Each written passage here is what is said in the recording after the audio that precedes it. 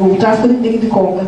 Só que Fernandinho Beiramar continua preso e comandando. Ele continua comandando de lá, não é? E ele fazia o negócio dele era na troca entre armas e droga. Agora, o MST é treinado pelas Farc. O MST é treinado pelas Farc. O MST é o braço político do PT. Inclusive, eu soube por um correspondente, isso eu não tenho como provar, eu não tenho as provas e eu não tenho como pesquisar. Ele me falou que existe uma espécie de silo em Mato Grosso, Corumbá, alguma coisa por ali pelo centro, já próximo da Bolívia, existe uma espécie de silo onde há uma infinidade de metralhadoras das Farc, porque assim, houve Chávez, há uns 2 anos atrás, ele fez uma compra de 100 mil AK-103 da Rússia para repor lá para os militares dele, inclusive para essa milícia que eu falei aqui. E todo mundo ficou se questionando, e o que foi feito das armas que existiam? Ele repassou para as Farc, que repassou para o MST. Então existe esse silo, infelizmente eu não tenho, eu gostaria muitíssimo de ver, confesso sinceramente que eu gostaria de ver, mas dizem que há um silo enorme, forrado com uma lona, que é para quando disser para a rua, que inclusive Lula disse, quando fizeram aquelas passeadas do cansei, do não sei o que lá assim, ele ficou zombando e dizendo, quando eu quiser botar o povo na rua, eu boto, basta dizer vamos para a rua, e isso é verdade, ele sabe que faz isso com o MST. Basta dizer rua e todo mundo vai com as armas que estão escondidas lá das Farc. Graça, qual a importância do ativismo jurídico judiciário na estratégia do Foro de São Paulo? Seja um ativismo consciente, como esse que você relatou que há na Colômbia, seja um inconsciente, ou seja, de pessoas que, dada uma formação cultural marcada por um viés esquerdista, acabam pensando só no sentido que eles querem, e que hoje em dia estão atuando no judiciário em cargos importantes. Eu não sei dizer não. O que eu sei, eu não vou dizer o que eu não sei, não é? Eu sou muito franca. O que eu sei, eu digo. O que eu não sei, eu não respondo. Agora, eu imagino assim que, por exemplo, o que está acontecendo com o nosso Corte Suprema de Justiça, Supremo Tribunal Federal, é que estão sendo colocados, por exemplo, tem 8 ministros foram colocados por Lula. Então essas pessoas são colocadas lá propositalmente a dedo, inclusive são pessoas dele, não é? E aí as leis vão sendo refeitas. Teve não sei se um ministro, um desembargador, um juiz aí que fala no direito achado na rua, tem uma história dessa, não é? Eu nunca vi isso, para mim é uma excrescência, né? Mas é isso que eles querem agora, porque assim, é o povo no poder, é sempre essa coisa de povo, que é uma coisa piegas e nojenta, porque eles não estão preocupados de jeito nenhum com o povo, com a dignidade do povo, não é? Mas usar o povo para justificar os atos deles. Então, quer dizer, você tem as universidades todas, desde o fim da ditadura, que vem com a implantação do gramscismo, né? E utilizando as técnicas de Gramsci, de lavagem cerebral, de mudança, inclusive mudança de termos, não é? E, quer dizer, se essas pessoas são formadas dessa maneira, elas não sabem pensar de maneira diferente. Então eu acredito que um pouco do que você perguntou está por aí. Elas já são formadas a pensar daquela maneira. Agora, e vão ocupando cargos públicos, cargos importantes, e vão chegando a juízes, a ministros, a promotores, a não sei mais que. É claro que elas vão querendo moldar a lei de acordo com aquilo que elas aprenderam. E isso é feito propositalmente. É feito propositalmente. Até que se implante no país socialista de fato. Não sei se respondeu. Pois não. Uma coisa, o padre Rodrigo falou que não existia um risco, né, que lutavam contra tudo isso aí que você falou, muito bem. Mas, só para fazer uma justiça, hoje faleceu, se não o último, talvez o mais notório bispo que lutava contra tudo isso, principalmente contra as investidas no PT, para implantar o aborto no Brasil. Ficou famoso Inclusive ele esteve lá, eu tenho uma foto dele belíssima, ele sozinho com o rosário na mão lá no congresso no dia da... Eu salvei aquela foto linda. Isso. E foi Dom Luiz Gonzaga Bergonzini, bispo emérito de Guarulhos, né, 76 anos, faleceu hoje, né, teve algumas complicações de saúde. Que Deus o tenha, né? Só para citar o nome dele, porque eu acho que... Mas a gente citou aqui, eu não sei se talvez você tenha chegado depois, que ele pediu para rezar uma Ave Maria e eu pedi para a gente dedicar essa Ave Maria a ele. Bem, realmente eu cheguei quando tinha terminado a oração.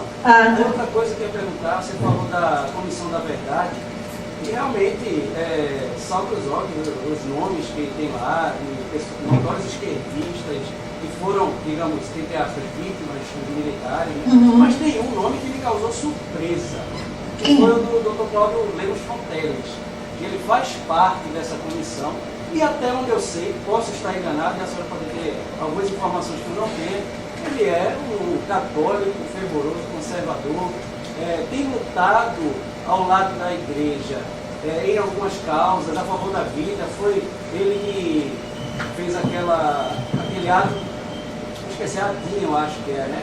Contra a célula tronco embrionária lá, que queriam implantar. Foi ele que fez, que tomou essa iniciativa de colocar isso no julgamento do Supremo. Esse senhor era um que era deputado do PT, ou senador, alguma coisa assim, não? Ele era procurador-geral. Procurador. Ah, não, eu não sei. É porque tinha um não sei o que, Fonteles, que era do PT também, que tinha. Nazareno Fonteles. Ah, Nazareno, desculpe. Não, eu não sei quem é. Até onde eu sei, seria um contrapeso ali, um único contrapeso. Sim, mas é um só.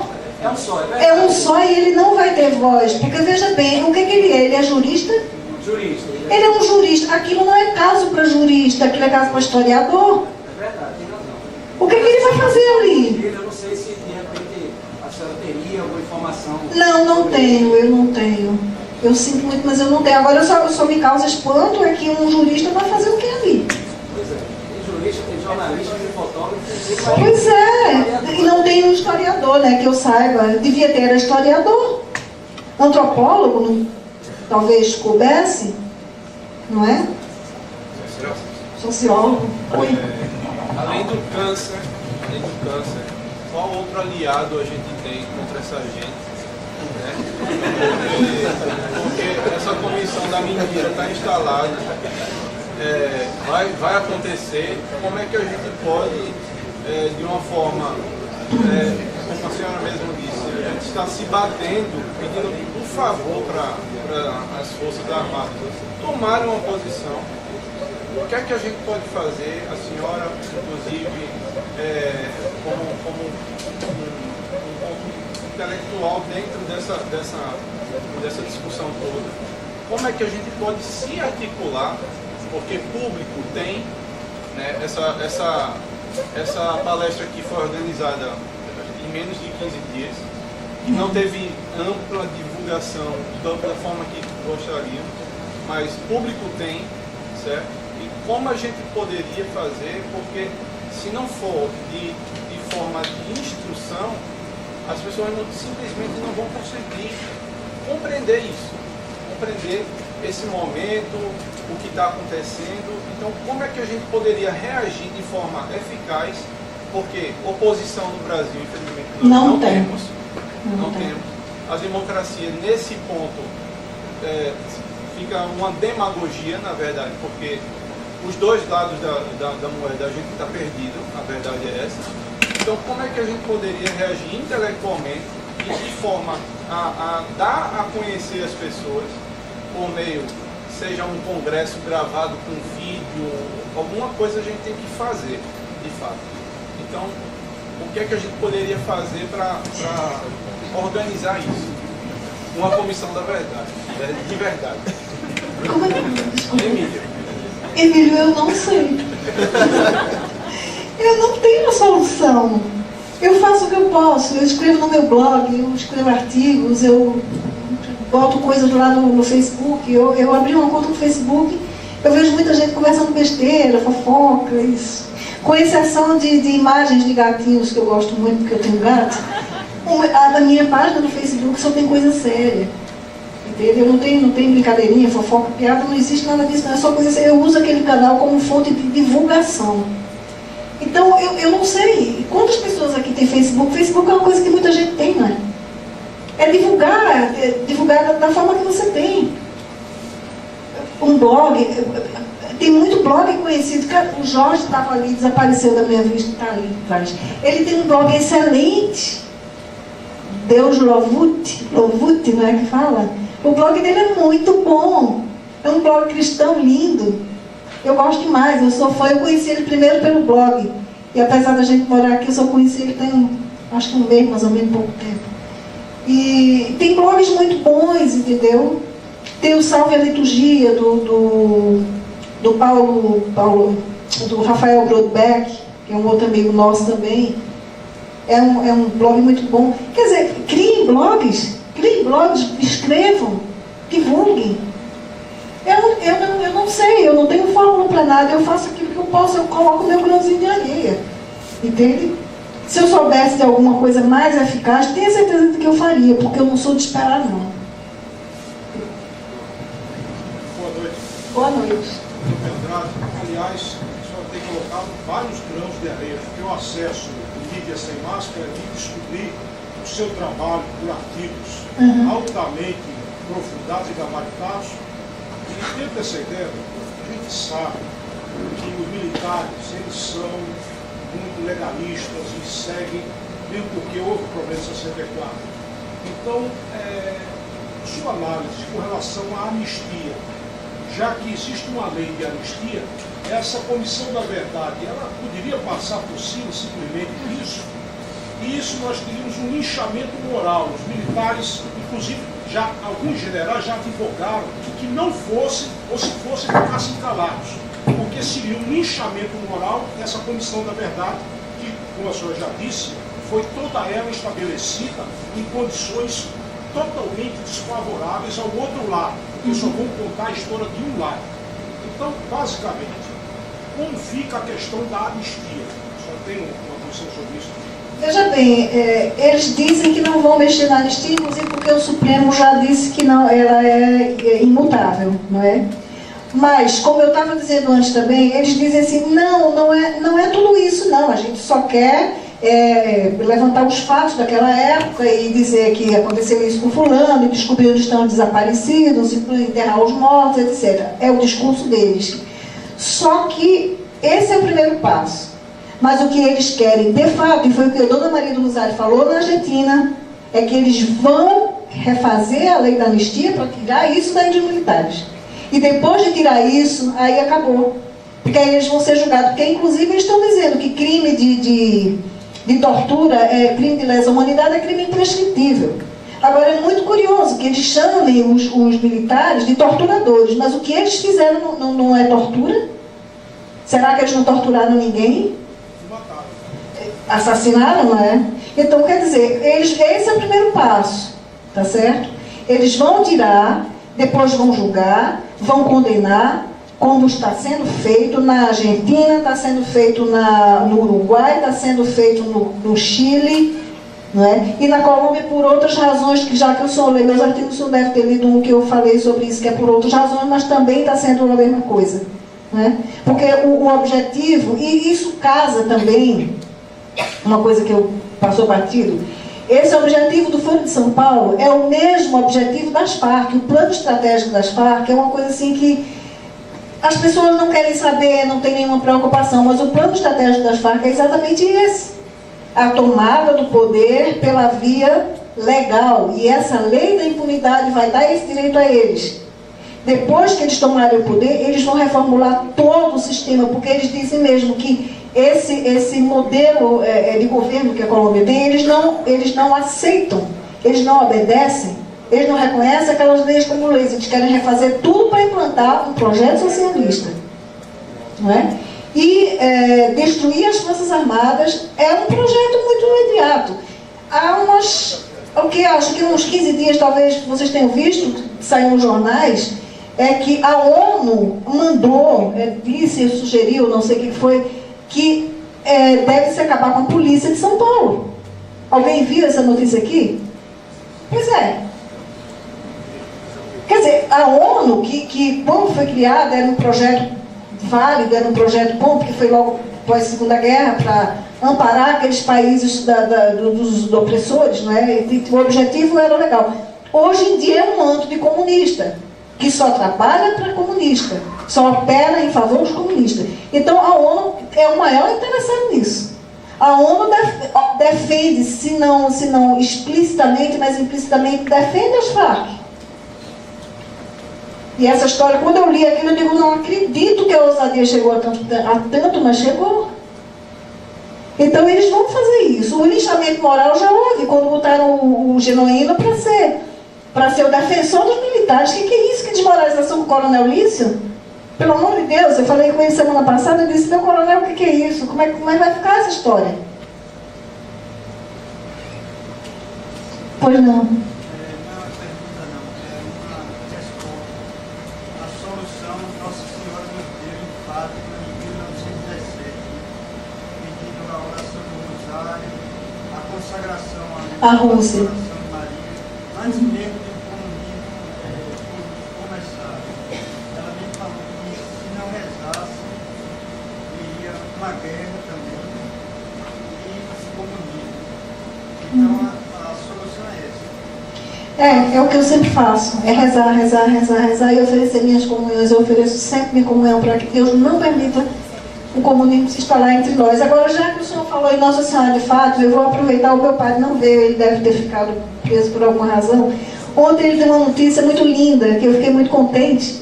Eu não sei se alguém aqui, as irmãs ou o senhor sabe, é que em outubro, no dia 13 de outubro, a imagem de Fátima lá de Portugal vai vir para cá. E vai lá, porque a paróquia de Boa Viagem, onde ele é o pároco, ela é a paróquia Nossa Senhora de Fátima, e ele vai trazer para lá, no dia 13 de outubro. Então, aguardem que essa notícia deve ser divulgada naturalmente, né? Mas já estou antecipando para vocês, ela vai estar aqui. Aí o senhor pode até ir lá pedir a ela pessoalmente, né? Nossa, quanta mão. O senhor. Pois não. Olha, veja bem, eu vou falar alguma coisa aqui, que a senhora já falou aí também, e eu acho que o outro aqui também falou, é com relação à informação. Né? E eu digo isso, posso até dizer assim, falo de cadeira, porque eu participei do movimento sindical, aqui lá pelos anos 90, e trabalhador de usina de açúcar, para o empresário era visto como um cachorro. Era dessa forma. E eu fiz parte de uma diretoria do sindicato e na oportunidade, por direitos tanto constitucional como do dissídio coletivo, nos primeiros 36 meses nós fizemos 54 greves na usina de Pernambuco, coisa inédita, para cumprir a Constituição de 88, porque eles não cumpriam o direito do dissídio coletivo. Então, foi muito fácil a gente que fazia parte daquele movimento aderir ao que se chamava de esquerda. Foi muito fácil, porque os patrões nos empurraram para isso. Infelizmente, tinha na usina de onde eu nasci, também Tony nasceu também lá, Antônio, a gente chama de Tony porque ele é meu sobrinho, tinha lá um dizer o que era comunismo, a gente olhava aquilo ali e ninguém sabia nada do que era aquilo. Comunismo é isso, comunismo é aquilo, e quem aderisse era demitido da usina, ou então ficava numa lista negra que não tinha direito a mais nada. Então, eu cheguei à conclusão hoje que os nossos patrões e aquelas pessoas que são chamadas de direita, porque eu não acho que são de direita, eles contribuíram para isso. Eu não digo lá nos países que a senhora falou, mas aqui no Brasil. Fizeram com que a classe trabalhadora aderisse com a maior facilidade a esse sistema que está aí. Hoje, mentiroso, falso, enganando a todo mundo. Que eu, graças a Deus, deixei de fazer parte.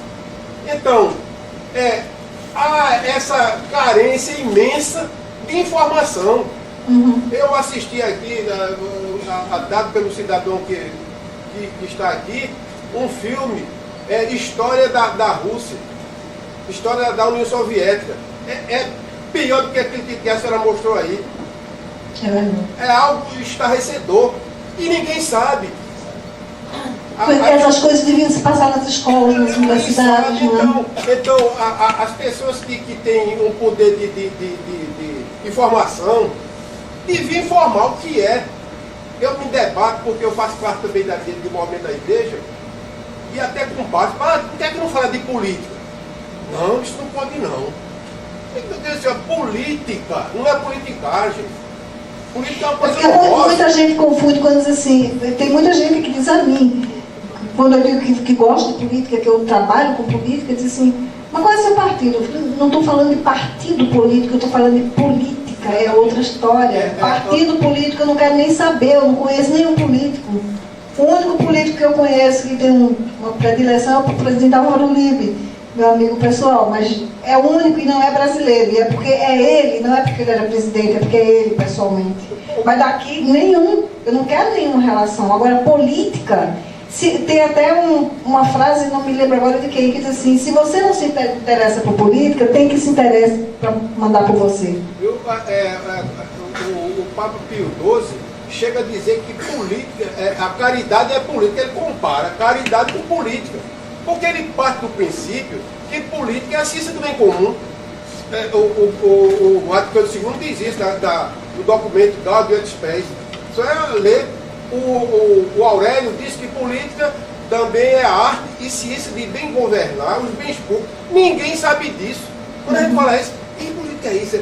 Não é isso que está aí não. Isso que está aí é nojeira, é safadeza, é roubalheira. Então, falta dizer isso às pessoas com força.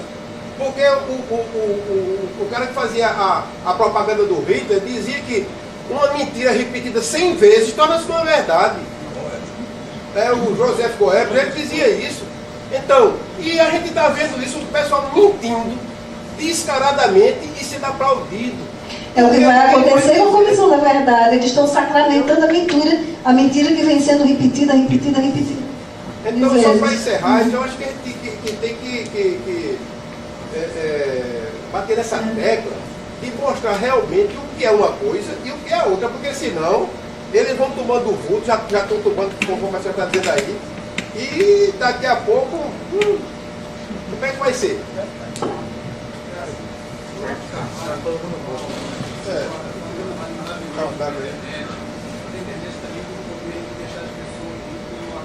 Isoladas dentro das suas próprias casas, satisfeitos com o lei, mas sem sentir isso com as outras pessoas que na rua, a gente tem esses movimentos que você falou aí, esses que o Lula tomou, inclusive, ele me parecia muito mais manobrável pelo próprio PT do que expressões das pessoas que estão aqui, por exemplo. Nesses debates, nessas discussões que a senhora participa, o próprio Olavo, o principal, não tem nenhum germe, não tem nenhuma iniciativa de um partido efetivamente conservador para que possa fazer um contraponto oposicionista no país, para que possa ter pelo menos um representante conservador no país.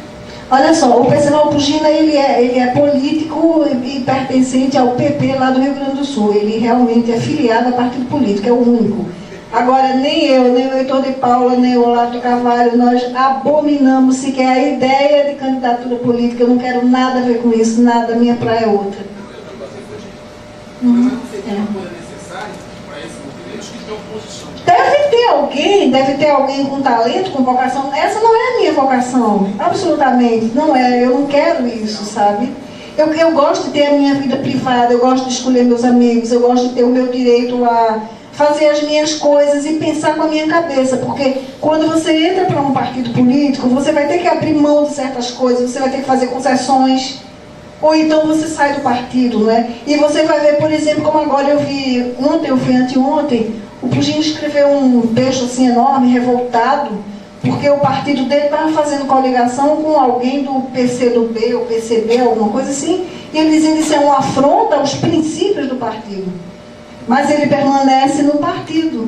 Ele vai ter que engolir esse abacaxi, não é? Esse ouriço. Então, eu jamais me sujeitaria a esse tipo de coisa. Jamais. Eu só tenho um patrão, meu filho. O meu patrão é Deus e mais ninguém. Não.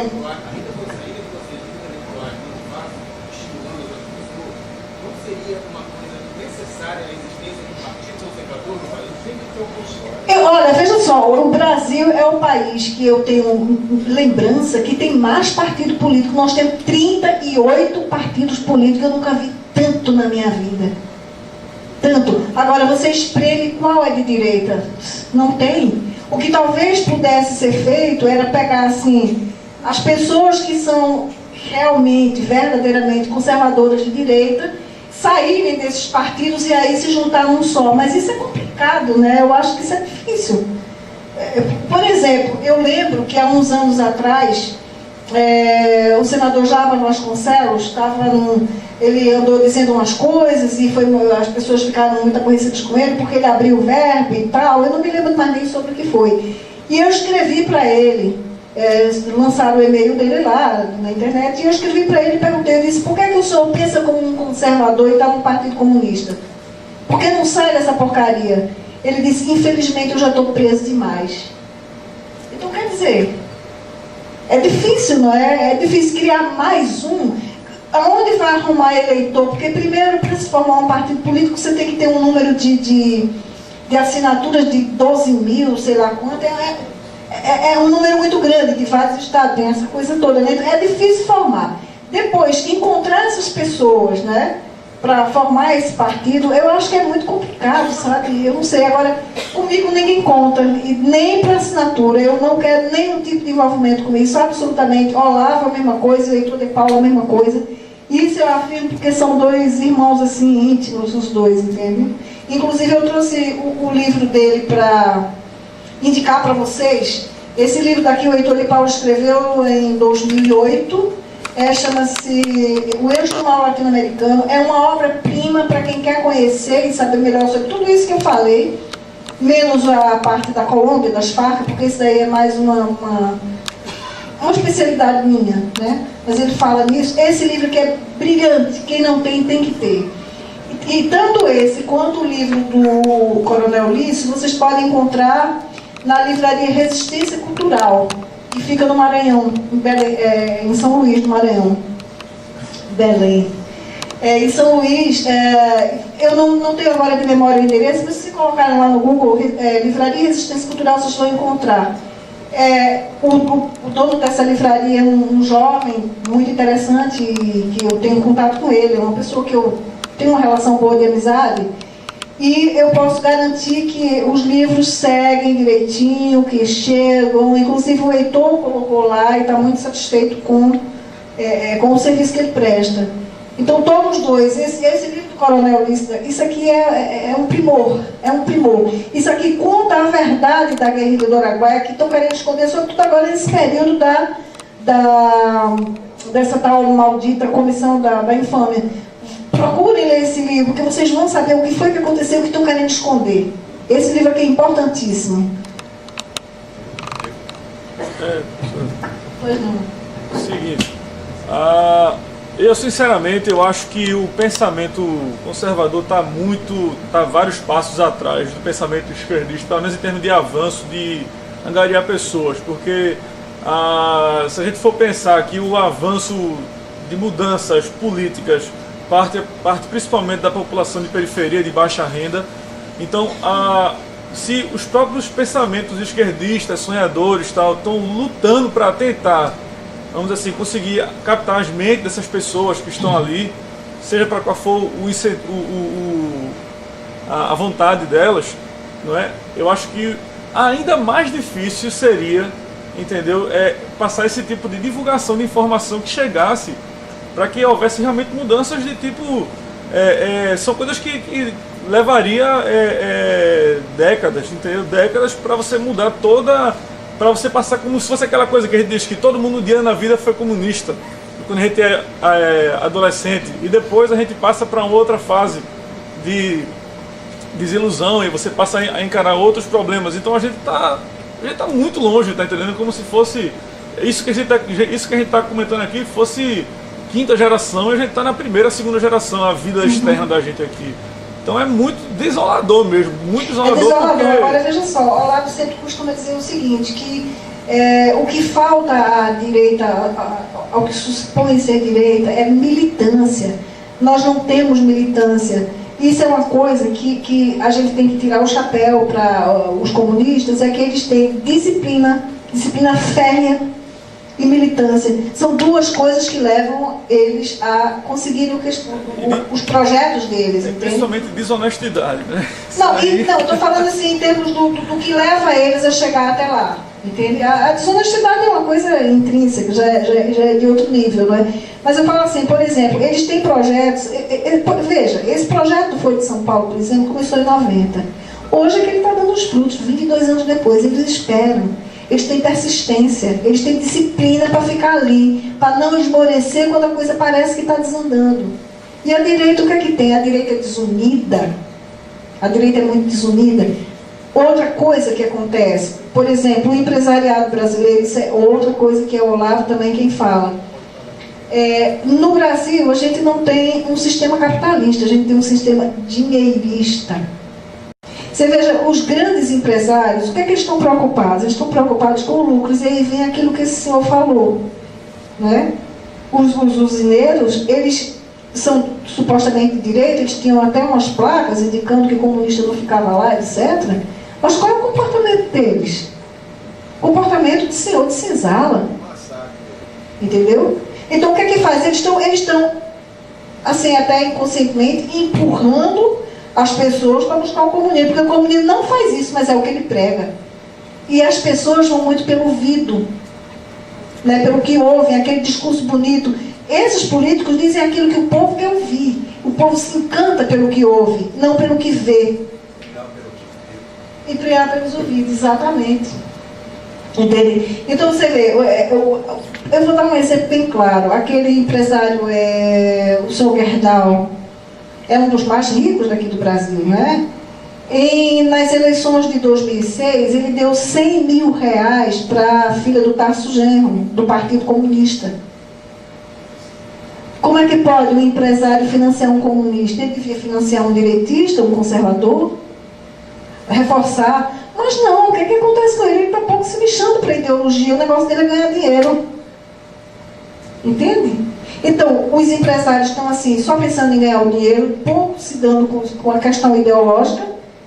Eles acham, por exemplo, os banqueiros, por exemplo, ganharam muito dinheiro com Lula, porque deu muito, facilitou muito o juro para eles e tudo. Então, o que eles fizeram? Vamos apoiar Lula, porque ele está dando muito dinheiro para a gente. Sem saber que, como diz a máxima comunista, eles não sabem que estão dando a corda que vão ser enforcados. Não é? Pois não, vale. Só para uma informação. Está começando, tem um tempo já, Padre Paulo Ricardo, lá em São Paulo. Muito querido. Sim, e no mês passado estivemos juntos conversando a respeito desses assuntos aí. Ele disse que está começando uma experiência com alguns deputados e candidatos em São Paulo, preparando-os intelectualmente, religiosamente, para poderem... É um trabalho lento, mas pouco a pouco irem galgando. Realmente, o Olavo de Carvalho fala isso, e eu compartilho também, que não é o caso de fundar um partido, mas de fortalecer aqueles que já estão aí na militância em partidos não comunistas, evidentemente, pelo menos. Né? Então, e fazer com que eles possam ir galgando degraus até chegar. Mas é um trabalho lento. Tem que ter, aí é a coisa. Lento, tem que ter persistência. Uma coisa muito importante, o Paulo falou ali, eu queria relembrar também. O Padre Paulo Ricardo fez isso com os candidatos, são mais de 100 candidatos lá, a deputado e vereador. E não quiseram que entrasse mais agora, porque, pelo menos para candidato não, para formação pode. Porque se entrar muitos também não se elege ninguém, né?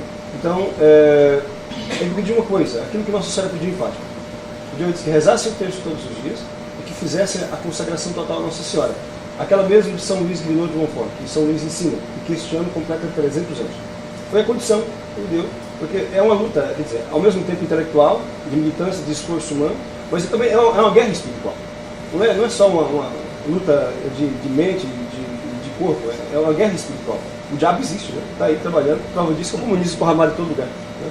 Então, é uma iniciativa que começou, puder que alcance também essas terras e outras, né? Quem sabe daqui alguns anos, sim, a gente chegar até lá. Então, a coisa possa, pela coragem desses agora, possa estar um pouco diferente. Quem sabe o senhor mais adiante não possa fazer o mesmo trabalho que o Padre Paulo está fazendo lá, hein? Seria muito bom, pelo que eu já ouvi, que já comecei a gostar da sua conversa. Eu escrevi um artigo tem uns 3 anos contra uma coisa óbvia, né, que qualquer católico poderia fazer. Quer dizer, PT e cristianismo, casamento impossível. Então o Jorge postou e muita gente postou. Então o arcebispo me chamou, porque estava ofendendo os candidatos do PT, e uma instituição aí chamada Alva de Maria também que apoia candidatos do PT. Então, o que aconteceu? Fui chamado pelo arcebispo e pelos vigários gerais, porque aquilo estava muito forte. Falei, não, basta pegar o estatuto do PT e ler, né? Quer dizer, eles, porque dizia lá que eles se propunham a legalizar o aborto, a união civil de homossexuais, que o Lula já tinha declarado em várias ocasiões ser favorável à legalização das drogas, da maconha, etc. Quer dizer, óbvio, e mostrando que é incompatível. Mas, quer dizer, o nosso episcopado, o nosso clero, infelizmente, é muito... Está meio morno, né, padre? Muito colabora com isso, com esse estado de coisas. Então. Pois é, agora eu penso assim que eu tomo isso como prática da minha vida. E eu acredito que para o clero também deveria ser, não é o seu caso, que eu já vi que não é, mas para esse bispo, não é? Assim, se não quer aborrecer o PT e vai aborrecer a Cristo, vai aborrecer a Cristo para não aborrecer o PT? Qual é? Para finalizar, a pergunta. O que a senhora espera das próximas eleições lá? Eu espero que Juan Manuel Santos seja deposto antes de 2014.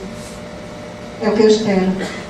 Porque do jeito que ele está fazendo a coisa, ou aquele povo bota ele para fora a pontapés, inclusive porque consta lá, eu inclusive mostrei para eles, no juramento de posse, ele jura solenemente, diante da Bíblia, cumprir fielmente a Constituição e servir ao povo e a Deus.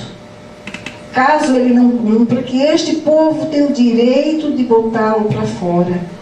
Então eu espero que aquele povo valente faça isso. Eles estão se movimentando muito. Eu faço parte de uns 5 grupos da Colômbia lá no Facebook, e todo dia é uma agitação muito grande.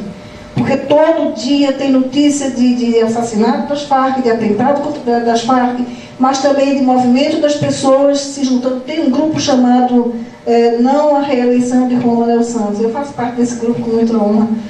E as pessoas se movimentam. E eu espero que eles consigam, depois esse sujeito traidor, esse infame, porque realmente ele vai destruir. Porque o que me preocupa, isso é uma coisa que eu não disse antes e escapou, é que assim, todo o nosso continente latino-americano já está comunista, porque inclusive o Chile, que todo mundo se iludiu com o Sebastião Pinheira, porque ele é um empresário, ele é de direito, não, ele é mais um dinheirista. Ele está botando todos os militares que combateram na época de Pinochet, estão todos indo para a cadeia. Do mesmo jeito que o restante do continente, ele está fazendo isso também. O negócio dele é dinheiro, ele é um dinheirista. E a popularidade dele está despencando e tal. Então todo o nosso continente já está comunista. O único bastião ainda que se salva é a Colômbia. A Colômbia não pode cair, a Colômbia não pode permitir esses terroristas tomarem o poder, porque senão pode decretar o fim, e aí só Deus fazendo um milagre. Porque pode decretar o comunismo total, entende? Por isso que eu luto tanto, eu vou tanto lá, e eu estou sempre em contato com as pessoas, porque é preciso saber o que está passando lá para informar aqui. Porque aqui você não vê, eu coloquei lá no meu blog, tem as informações que não, da América Latina, que a imprensa não divulga. Porque, de fato, essas coisas vocês não vão ver nos jornais, não vão ver na televisão. Quando a televisão, a Globo, pelo menos quando mostra alguma coisa das Farc, são aqueles shows programados. Não é? Como o sequestro, o falso sequestro daquele jornalista francês, que aquilo ali foi uma armação sórdida. Aquilo ali foi uma armação miserável, entendeu? Um show para promover as Farc, para dizer, olha, as Farc são tão boas, e que liberaram o rapaz, e ele foi tão bem tratado, e ele saiu fazendo propaganda, fui tratado com uma visita, não sei o quê. É isso que a Globo mostra, mas a Globo não mostra isso que eu mostrei nesse vídeo. A Globo não mostra o massacre que houve da senhora grávida semana passada, não é? Então, é preciso que a gente informe isso, fale para as pessoas, fale um para o outro, divulguem isso. É isso que o Brasil apoia, gente. É isso que me dói, saber, me envergonha, saber que essa terrorista que está aí governando o Brasil, ela apoia esse tipo de coisa. Como é que pode? Como é que pode? É tão mais fácil você praticar a bondade, você ser generoso, você praticar o bem, matar gente assim, matar criança, por nada. É preciso ser muito mal, é preciso ser muito demoníaco. Pelo amor de Deus, sabe? Mas pelo que eu percebi, o Congresso colombiano também é alinhado com o governo atual. Ele vai aprovar essa nova lei. Está comprado. Ele obrigou os deputados. Não sei se é mensalão, eu realmente não sei se a história é mensalão. A votação dos deputados, depois houve uma denúncia, parece que dos 142, só 2 votaram contra a lei. E eles disseram que do partido do Juan Manuel Santos, ele obrigou os deputados a votarem pela lei.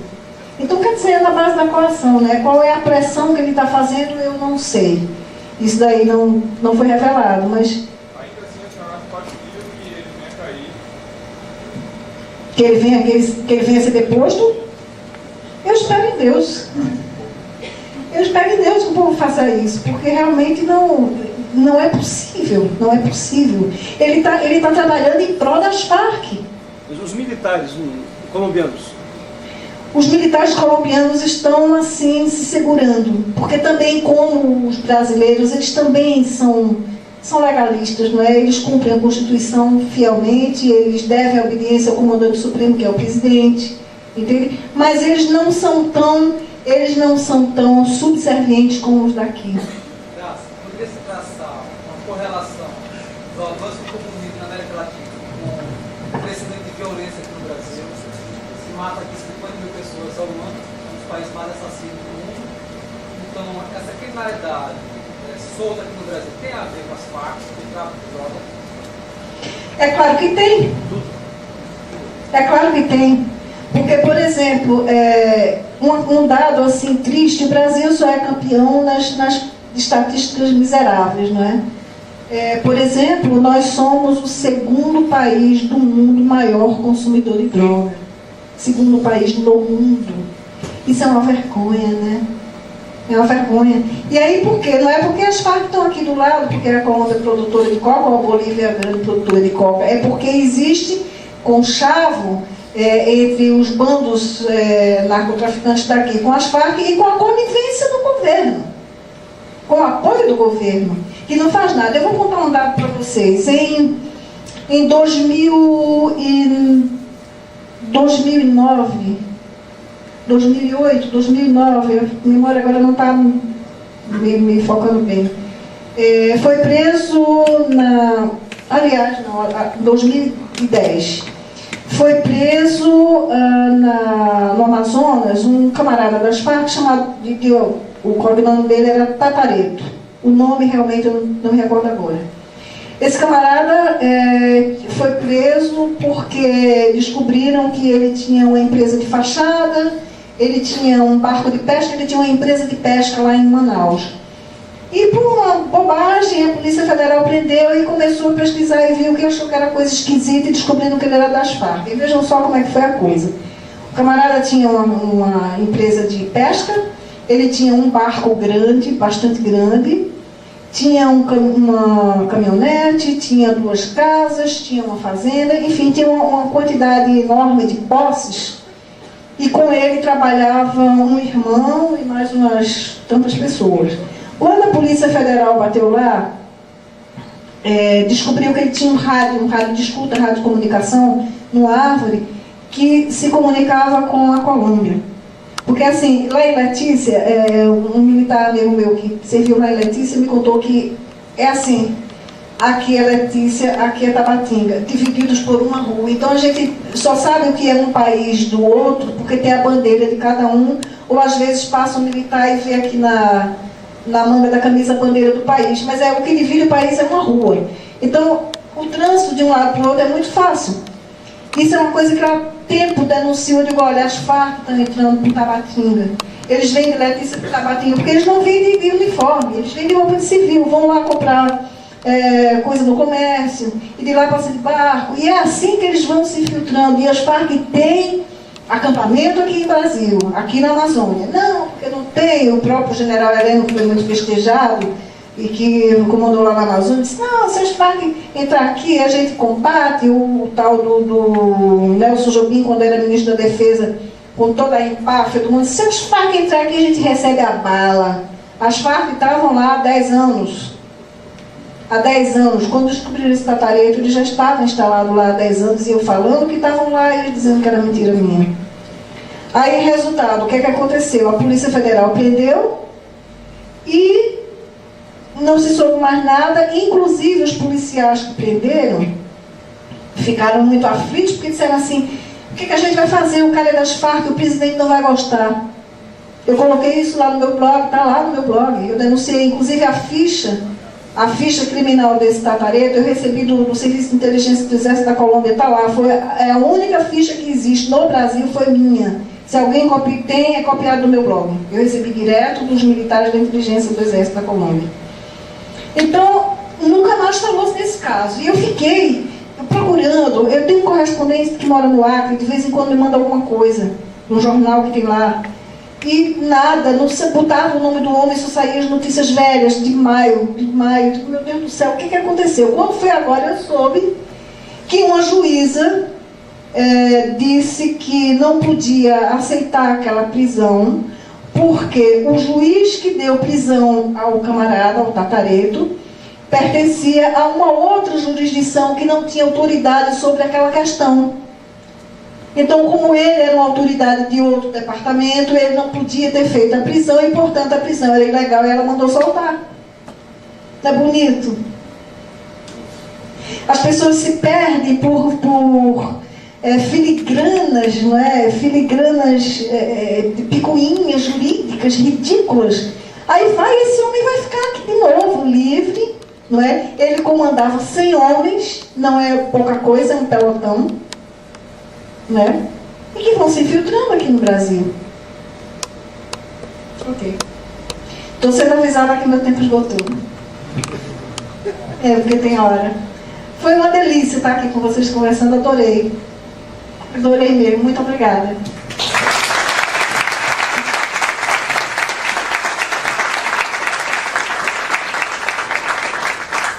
Rapidamente, eu vou passar aqui para o nosso amigo, ele vai dar um aviso para vocês.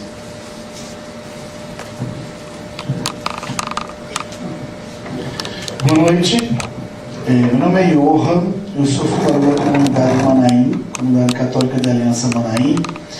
Eu queria apenas, eu vi muito se falar sobre o que fazer, como fazer, e se falou muito do clero, né? O clero está frio. Eu acho que a gente tem que olhar para o próprio umbigo e assumir a culpa, né? Eu acho que nós leigos estamos tão frios ou mais que o clero.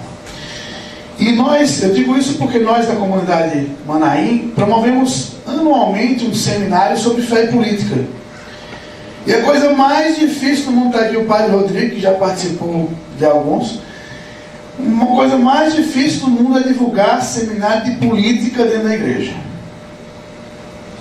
Então eu estou aqui para convidá-los, né? Convidar a Graça também.